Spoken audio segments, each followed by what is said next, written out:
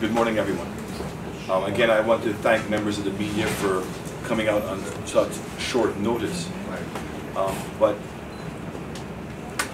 you would have noticed, hopefully, that the Electoral Commission published some writs yesterday in the Gazette, in two of the local newspapers, which is an amendment to the writs that were published on Saturday. And it appears that the change that was made is that in the initial writ, there is a legal requirement that there be 7 clear days between the date of the writ being signed, which was the 20th, and the initial writ, which had given the nominations date on the 27th, which would not have met the requirement. So it means that the amendment that was published yesterday changed the date of nomination from the 27th to the 28th. And we're here to discuss 2 aspects of that change this morning.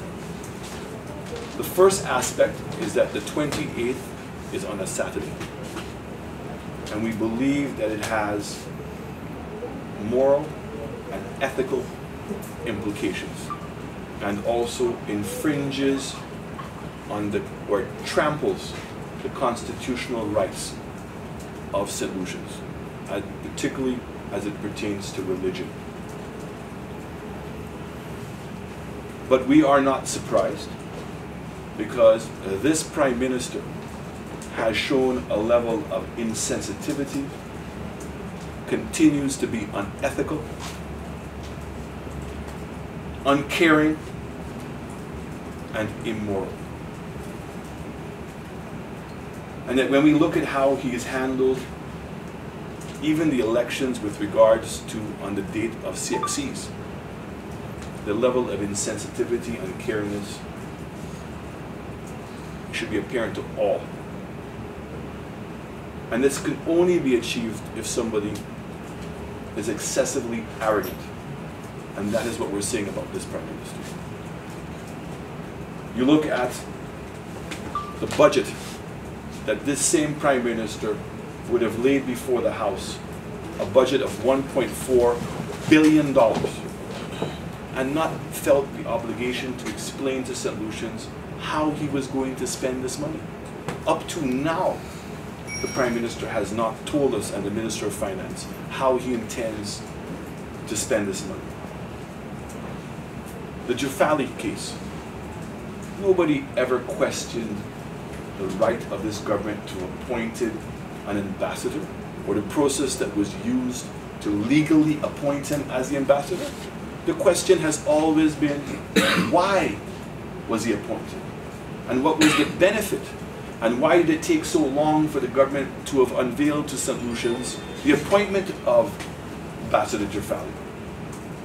And even the details of his appointment, because we're told that the benefit to St. Lucia was to be a diabetes research lab. And the press conference that was held, more questions were being brought. Is the government of St. Lucia providing the land for free? What cost or any contribution is the government of St. Lucia, the people and the taxpayers of this country, contributing to the construction of the building? And who is going to be responsible for the operating cost of such an entity?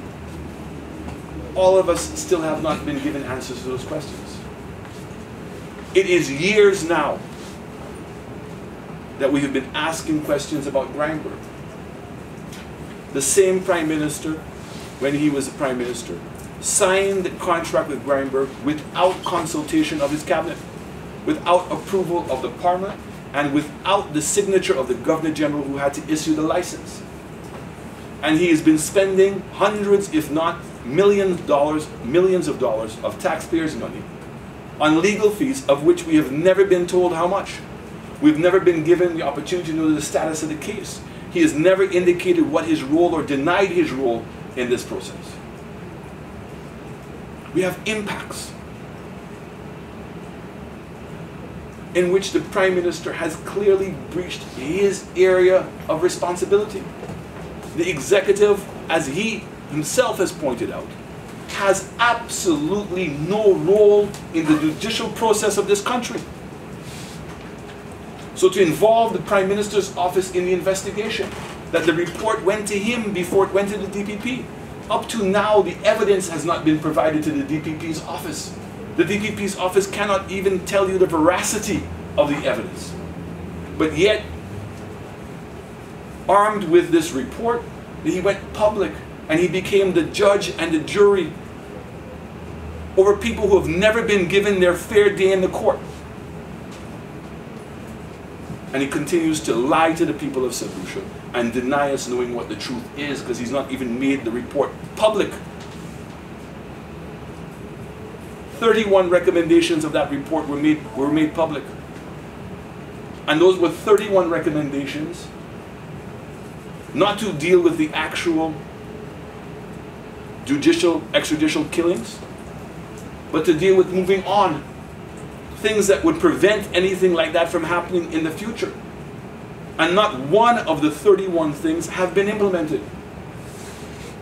In fact, I am corrected. One. One of the 31 has been done. And since the publication on the Star, not a word, not a word, not a word as to whether in fact this is true. And it has significant implications for all of us in our judicial system and our own security. Because if in fact there is truth, belief, and he holding up the impacts report clearly believed the impacts report to be correct. If he thinks it's so correct, why the hesitation? Why the procrastination on implementing things to protect the rights of St. Lucians? So it can't be for that reason. Then you have the situation with pensions and pensioners in this country.